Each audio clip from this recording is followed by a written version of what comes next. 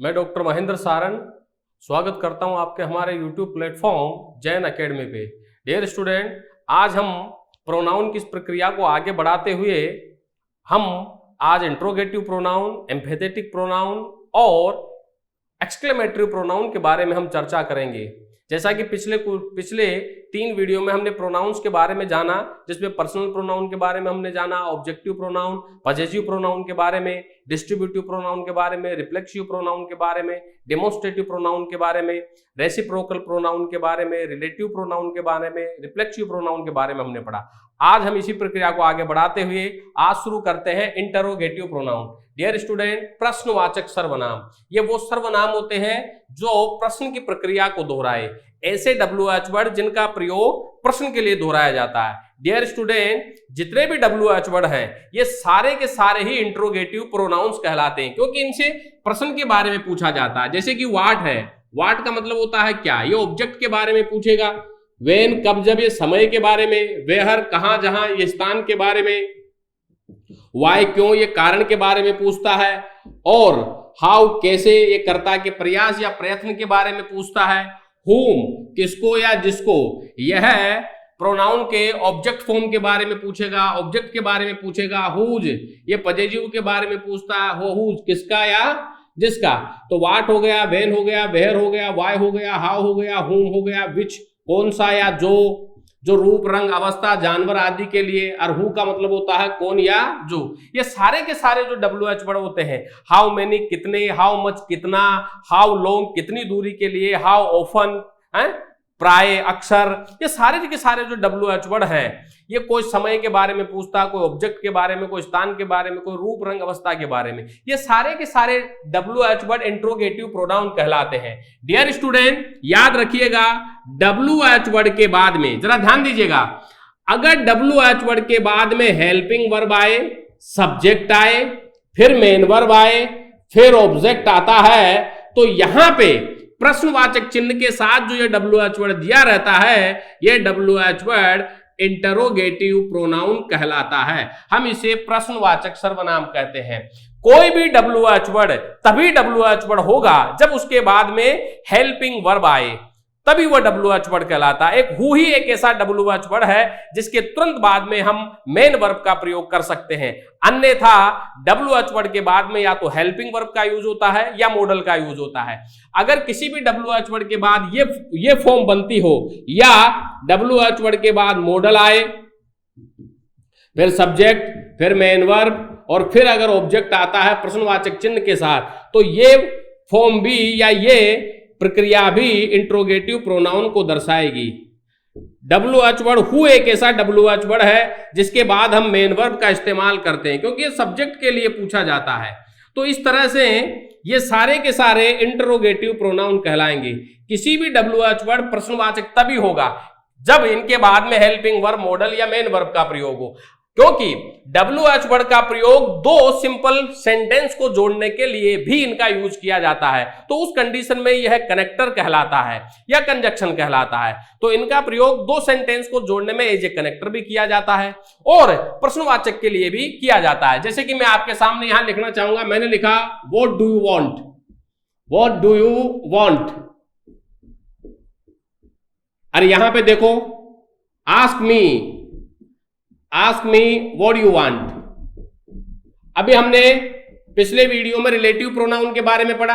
अब यहां देखिए, यहां WH वर्ड है, यहां WH वर्ड व्हाट जो है ये हेल्पिंग वर्ब ले रहा है। हेल्पिंग वर्ब ले रहा है तो व्हाट यहां पे इंट्रोगेटिव प्रोनाउन कहलाएगा।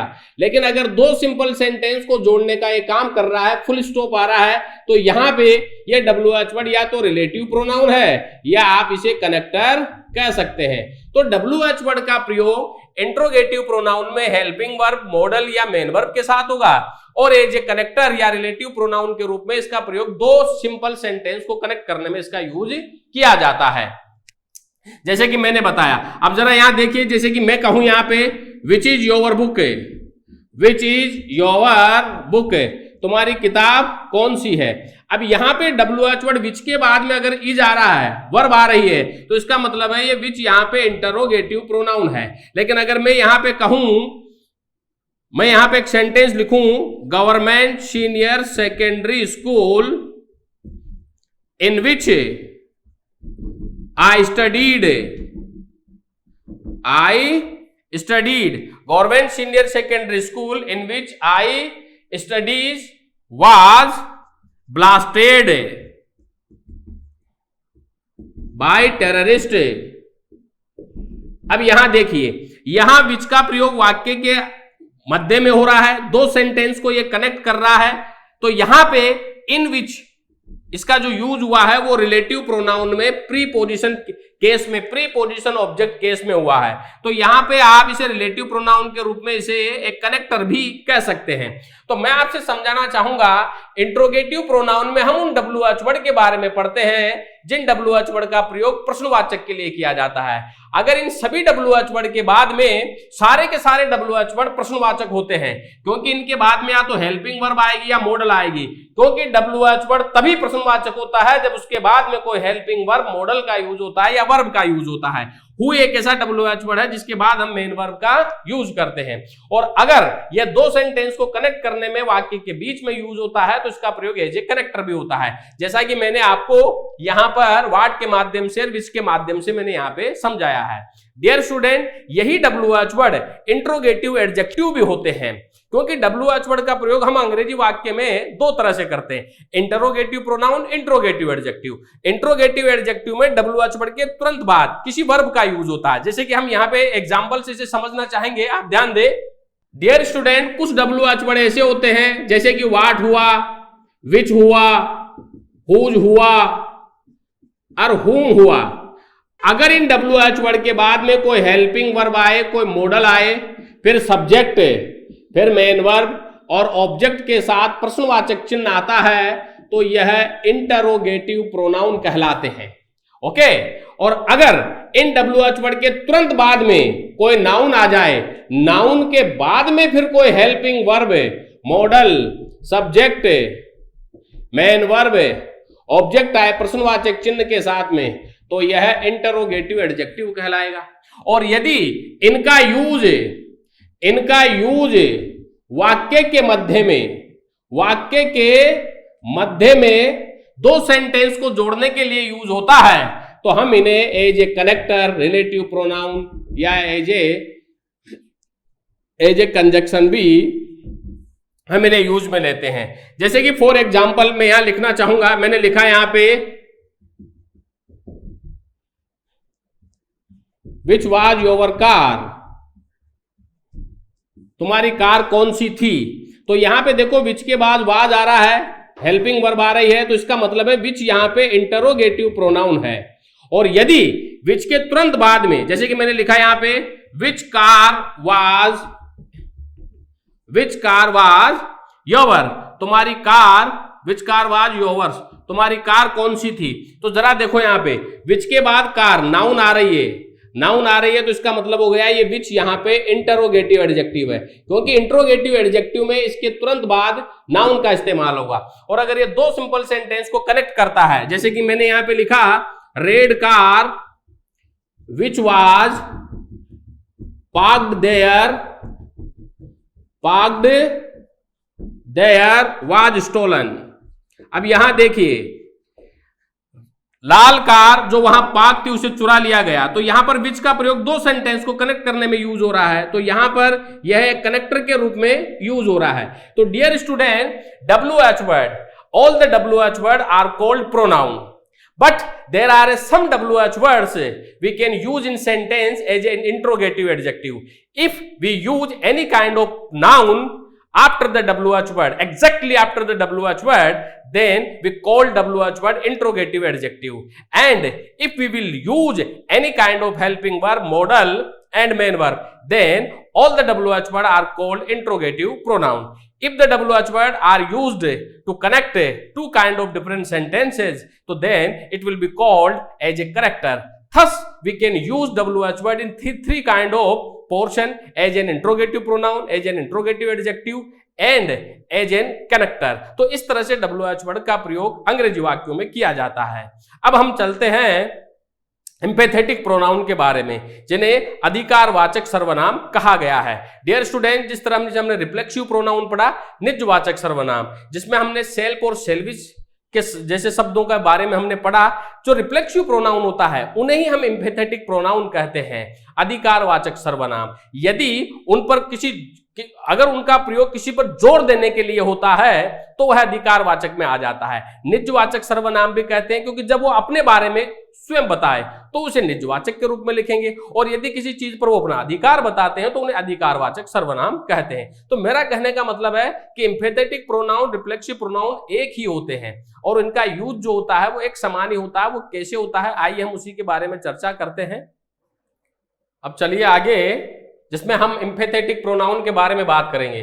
जैसा कि मैंने आपको बताया कि reflexive pronoun, empathetic pronoun same होते हैं। डियर स्टूडेंट, जैसा कि मैंने रिफ्लेक्सिव प्रोनाउन में पढ़ाया था कि जिन शब्दों के अंत में सेल्फ और सेल्विज होते हैं वो रिफ्लेक्सिव प्रोनाउन कहलाते हैं। जैसे कि मैंने बताया, आई का माई सेल्फ, बी का आवर सेल्विज, यू का योवर सेल्फ भी होता है, योवर सेल्विज भी होता है, और ही का हिम सेल्फ, शी का हर सेल्फ, इट का इट सेल्फ, दे का देम सेल्विज, और वन का वन सेल्फ। इसके बारे में हमने रिफ्लेक्सिव प्रोनाउन के बारे में पढ़ा।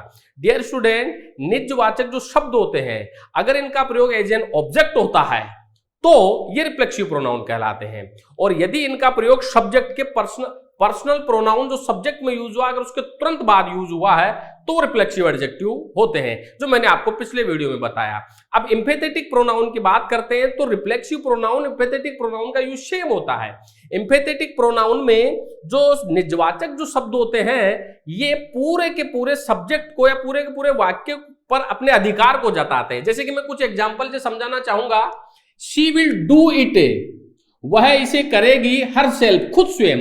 अब यह जो हर सेल्फ शब्द है ये इस पूरे के पूरे सेंटेंस पे अपने अधिकार को बता रहा है। भाई वह खुद स्वयं करेगी, जिसमें मुख्य फोकस शी पे दिया गया है। The Scots cooked these cakes themselves. अब the Scots cooked these cakes, इन केक्स को पकाया गया देमसेल्व्स, उनके खुद स्वयं के द्वारा। तो इस पूरे सेंटेंस पे प्रभाव जो अधिकार बताया जा रहा है वो इस सेंटेंस, इस देमसेल्व्स की वजह से बताया जा रहा है। I hear the lie my self, मैंने खुद स्वयं झूठ सुना। अब यहां पर माई सेल्फ जो है वो इस पर पूरा अपने अधिकार को बता रहा है। The cat open the door itself, अब इट सेल्फ जो निजवाचक सर्वनाम है इस पूरे के पूरे सेंटेंस पे अपने अधिकार को बता रहा है, जिसमें मुख्य फोकस केट पे किया है। भाई बिल्ली ने ही खुद स्वयं यह दरवाजा खोला। तो जब इनका प्रयोग किसी पर जोर अधिकार बताने के लिए किया जाता है, सेल्फ या सेल्विज लगे हुए शब्दों को, तो वो अधिकारवाचक सर्वनाम में आते हैं। तो सिमिलरली इनका यूज होता है रिफ्लेक्सिव प्रोनाउन का और एम्पैथेटिक प्रोनाउन का, लेकिन एडजेक्टिव में इनका प्रयोग पर्सनल प्रोनाउन के तुरंत बाद होता है। लेकिन तीनों में एक बात कॉमन है, चाहे रिफ्लेक्सिव प्रोनाउन हो, चाहे एम्पैथेटिक प्रोनाउन, चाहे रिफ्लेक्सिव एडजेक्टिव, इनका प्रयोग पर्सनल प्रोनाउन के अनुसार होता है। जैसा कि मैंने बताया, आई के साथ माई सेल्फ ही होगा, वी के साथ अवर सेल्विज ही होगा, तो इनका प्रयोग पर्सनल प्रोनाउन के अनुसार ही होता है। तो इन्हें हम एम्पैथेटिक प्रोनाउन कहते हैं। अब हम चलते हैं एक्सक्लेमेटरी प्रोनाउन पर। एक्सक्लेमेटरी प्रोनाउन का मतलब होता है विस्मयादि बोधक सर्वनाम, जिनमें किसी प्रकार के आश्चर्य आदि को बताया जाए। जैसे व्हाट ए और हाउ ए जो शब्द होते हैं इन्हें हम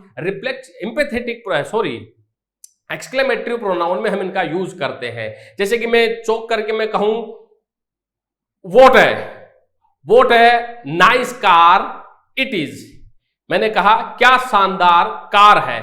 तो जिस चीज को हम किसी वस्तु, किसी व्यक्ति आदि के बारे में, किसी जगह के बारे में को चौक करके कोई बात कही जाती है, हम उन्हें एक्सक्लेमेटरी प्रोनाउन में लिखते हैं, जिसमें व्हाट ए और हाउ ए जैसे शब्दों का प्रयोग किया जाता है। जैसे कि मैं आपको एग्जांपल से समझाना चाहूंगा। देखिए, अब जरा देखिए, एक्सक्लेमेटरी प्रोनाउन विस्मयादि बोधक सर्वनाम, जिसमें हम व्हाट ए और हाउ ए जैसे शब्दों का प्रयोग किसी वस्तु, जगह आदि के बारे में बताने के लिए करते हैं, जो एकदम आश्चर्य के लिए, जो किसी न किसी तरह के सरप्राइज के लिए बताए। जैसे कि हम कुछ एग्जांपल से जो समझना चाहेंगे, मैंने लिखा है यहां पे व्हाट है लवली बकेट ऑफ फ्लावर्स। अब इसमें एक सरप्राइज होकर के चीज कही जा रही है, कितना सुंदर फूलों का ये बकेट है, उसके बारे में चर्चा की जा रही है। जैसे कि मैंने लिखा यहां पे व्हाट अ क्यूट पपी।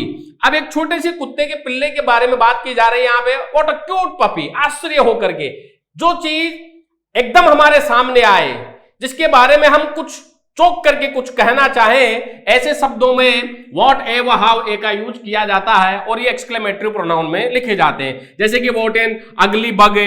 अब हाउ से देखिए, हाउ वेल ही लिसन से, देखो ये कितने अच्छे तरह से सुनती है। अब ये बात चौंक करके, अब कोई न सुनने वाला व्यक्ति अचानक अच्छी तरह से सुनने लग जाए तो हम चौंक करके कहेंगे हाउ वेल ही लिसन्स, देखो वह कितने अच्छी तरह सुनता है। हाउ स्लो दे क्राउल, अब कोई रेंगने वाली चीज है, अगर वो बहुत धीरे धीरे रेंगती है तो हम एकदम चौंक करके कहेंगे कि देखो ये कैसे कितने धीरे तरीके से रेंगती है।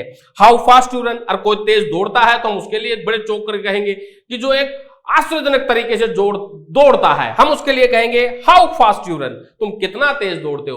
तो किसी के बारे में कहने बताने में या किसी के बारे में वर्णन करने में अगर हम उसे चौंक करके सरप्राइज होकर के कहते हैं तो वह एक्सक्लेमेटरी प्रोनाउन में लिखा जाता है, जिसमें व्हाट ए और हाउ ए का यूज होता है। तो डियर स्टूडेंट, इस तरह से हमने प्रोनाउन के पूरे कंटेंट के बारे में पढ़ा है, जिसमें हमने पर्सनल प्रोनाउन में 1 2 3 और 2 3 1 के बारे में हमने प्रोनाउन के बारे में पढ़ा, इनके कॉम्बिनेशन के बारे में हमने पढ़ा जिसका 123 और 231 में लिखा जाता है। ऑब्जेक्टिव प्रोनाउन में पढ़ा हमने कि ऑब्जेक्टिव प्रोनाउन का प्रयोग ऑब्जेक्ट की जगह पे होगा, सब्जेक्टिव प्रोनाउन का प्रयोग सब्जेक्ट की जगह पे होगा। और हमने फिर पजेसिव एडजेक्टिव और पजेसिव प्रोनाउन के बारे में पढ़ा कि पजेसिव एडजेक्टिव नाउन के साथ यूज होता है, पजेसिव प्रोनाउन के साथ नाउन यूज नहीं होती है। फिर हमने डिस्ट्रीब्यूटिव प्रोनाउन में each, every, either, neither, anyone, none आदि के बारे में हमने पढ़ा। और फिर हम पढ़े इसमें डिमॉन्स्ट्रेटिव प्रोनाउन के बारे में, जिसमें दिस, दैट, दीज, दोज आदि के बारे में हमने चर्चा करी। फिर हम आए रिफ्लेक्सिव प्रोनाउन पे, जिसमें सेल्फ और सेल्विश से लगे हुए शब्दों के प्रयोग के बारे में हमने पढ़ा कि इनका प्रयोग एडजेक्टिव में भी होता है और प्रोनाउन में भी होता है। रेसिप्रोकल प्रोनाउन में हमने ईच अदर और वन अनदर के बारे में पढ़ा। और फिर इसके बाद में हमने इंडेफिनेट प्रोनाउन के बारे में, जिनके अंत में वन, बड़ी व थिंग का यूज होता है, वो इंडेफिनेट प्रोनाउन होते हैं, हमने उनके बारे में पढ़ा। और फिर इसके बाद में हमने पढ़ा रिलेटिव प्रोनाउन के बारे में, जिसमें WH वर्ड का प्रयोग दो सिंपल सेंटेंस को कनेक्ट करने के लिए किया जाता है। और आज के इस वीडियो में हमने चर्चा करी इंट्रोगेटिव प्रोनाउन, जिसमें WH वर्ड के बारे में हमने जाना कि WH वर्ड का प्रयोग एडजेक्टिव में भी और प्रोनाउन दोनों में होता है। अगर इनके बाद नाउन यूज होती है तो ये एडजेक्टिव होते हैं, अगर इनका प्रयोग हेल्पिंग वर्ब मॉडल के साथ होता है तो ये प्रोनाउन कहलाते हैं। और यदि दो सिंपल सेंटेंस को जोड़ते हैं तो ये कनेक्टर या रिलेटिव प्रोनाउन कहलाते हैं। एम्फेथेटिक प्रोनाउन के बारे में व्हाट ए व हाउ ए के बारे में हमने जानकारी ली, और इसी तरह से एम्फेथेटिक प्रोनाउन में सेल्फ और सेल्विश के बारे में, और एक्सक्लेमेटरी प्रोनाउन में हमने व्हाट ए व हाउ ए के बारे में हमने पढ़ा। तो ये सारे के सारे सर्वनाम बहुत ही इंपॉर्टेंट है, एग्जाम की दृष्टि से इनसे रिलेटेड कई तरीके के प्रश्न पूछे जाते हैं। तो हमने आज प्रोनाउन से संबंधित सारे विभागों के बारे में हमने ये वीडियो कंप्लीट किया है। अब हम अगले वीडियो में इसके प्रैक्टिस टेस्ट के लेकर के चर्चा करेंगे कि इनसे रिलेटेड किस तरह के प्रश्न एग्जाम में पूछे जाते हैं। तो वीडियो को अंत तक जरूर देखें, लाइक और सब्सक्राइब जरूर करें। Thank you very much dear student, thank you.